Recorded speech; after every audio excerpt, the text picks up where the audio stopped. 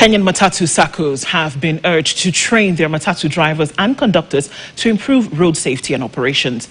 Speaking during the training of drivers and conductors of the enabled Matatu sacco operating in Nairobi and its environs, NTSA officials and traffic police, joined by Nairobi County Government Transport Sector, cited driving under influence of alcohol, lack of road user discipline and speeding as the major causes of accidents.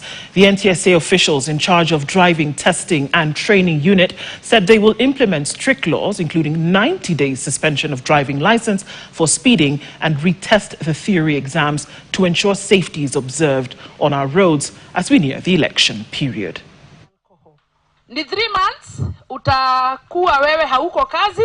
Now we will suspend it in a manner that you will not get that opportunity even in another company or sacco. We need the drivers to be enlightened about safety. Safety comes first. Wasiendeshe magari wakiwa walevi. Waangalie uchovu. Uchovu ni kitu pia kinachangia accident barabarani.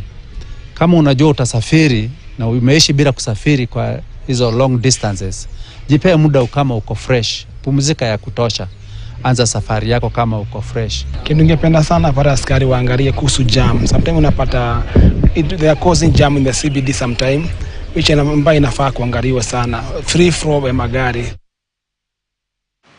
Several TVETs in the Mount Kenya region have